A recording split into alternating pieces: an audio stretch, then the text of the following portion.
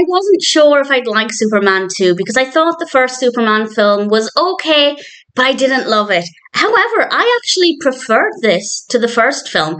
I only decided to watch it because John Ratzenberger is in it, playing the role of First Controller, as he did in the first film. And I thought, well, I'll check it out. It might be okay. And yeah, I definitely preferred it. I still didn't completely love it. And I still think it's way longer than it needs to be. But actually, there were some good moments. And I will, at the end, with a spoiler warning, mention a couple of personal highlights. This was released in 1980. It's directed by Richard Lester with a screenplay by Mario Puzo, David Newman and Leslie Newman, and of course it stars Christopher Reeve as Superman, and we also have Margot Kidder as Lois, Gene Hackman as Lex Luthor. Really brilliant cast, of course. And the narrative, there are several parts to the narrative. I won't go into any real spoilers, but Lois is starting to think that maybe Clark Kent might be Superman, and I will say no more than that about that part of the narrative, but I really liked how that played out. I found that to be really interesting. The other part involves various villainous characters, including General Zod, played by Terence Stamp, who are now on Earth and causing all kinds of problems. We also have an interesting part of the story focusing on Lex Luthor. I won't say too much about that just now, but I rather enjoyed that as well. So actually, the narrative appealed to me in many ways. Again, I'm not saying I completely adored every second of it, or I found the narrative to be the most compelling thing ever, but I was really pleasantly surprised by how easy it was to feel engaged in the story, to follow the characters, to enjoy the characters. The performances were really good, of course, and yes, it's about 2 hours, and I do feel like it's way, way longer than it needs to be, but at the same time, if you're a huge Superman fan, then you might think the length is okay. It doesn't drag out too much. There's not one specific part that drags out. I just feel like we definitely could have shaved off time from most scenes here and there, but there wasn't really any one chunk of it that I felt like we could just lob off completely. So it is a bit long, but I can understand the argument for it being this long.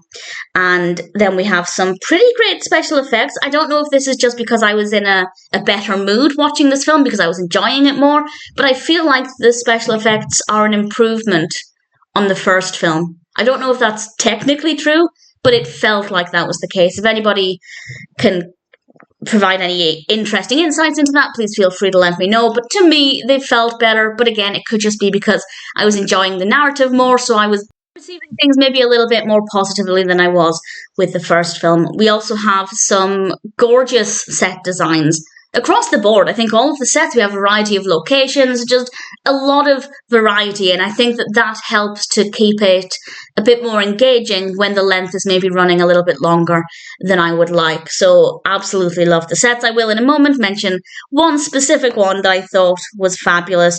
I love the interactions between Lois Lane and Clark Kent. I thought they worked very well, and of course the chemistry between the characters, really fantastic. So I seem like I'm talking about it very, very positively, and I am. I have a lot of very positive takeaways from this film, a lot more than I did the first. I didn't hate the first, but comparatively, this one for me was significantly better. And again, I don't really have anything bad to say about it, but aside from the long length, but I still don't absolutely love it. I didn't get to the end of it and think, okay, I now need to go and consume all of the Superman content. I'm still not considering myself a big Superman fan in general, but I am very willing and happy to admit that actually I thought Superman 2 was pretty good. If you haven't seen it and you've seen the first film, even if you were not 100% sure how you felt about the first film, I'd say give this one a go. I don't know if generally people prefer this one or not. I haven't read any reviews. I try not to read reviews before I do my own discussions so that my own opinions aren't affected by other people's, so I haven't looked. But either way, if you didn't really love the first film, but there's a chance you might like the second, I'd say give it a go. I was certainly impressed with it. And I will now mention a couple of personal highlights. So these are spoilers for things that happen. One's a bigger spoiler than the other. So I'll just say spoilers from now. And the set design that I wanted to mention is the very, very pink room. It is absolutely stunning. You will know exactly which room it is. And I love the design. I love the colour of it. I love the shape of the room. And we had some really great moments in that room. It was quite brief, but I rather enjoyed it. And the other bit that I loved is when Lex Luthor escaped. I found that to be very well executed. And I don't know if it was meant to be funny, but I did find it kind of amusing. I don't know if it's meant to be, but I certainly enjoyed it. And I think the costumes there were brilliant, very simple but effective.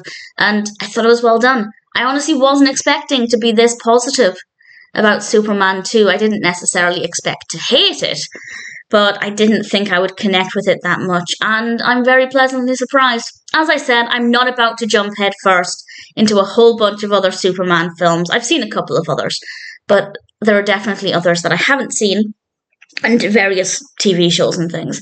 But maybe at one point. But for now, I'm happy to have seen the first film, very happy to have seen the second film, and if you think there's a chance Superman 2 might appeal to you, I'd say it's one that's worth watching.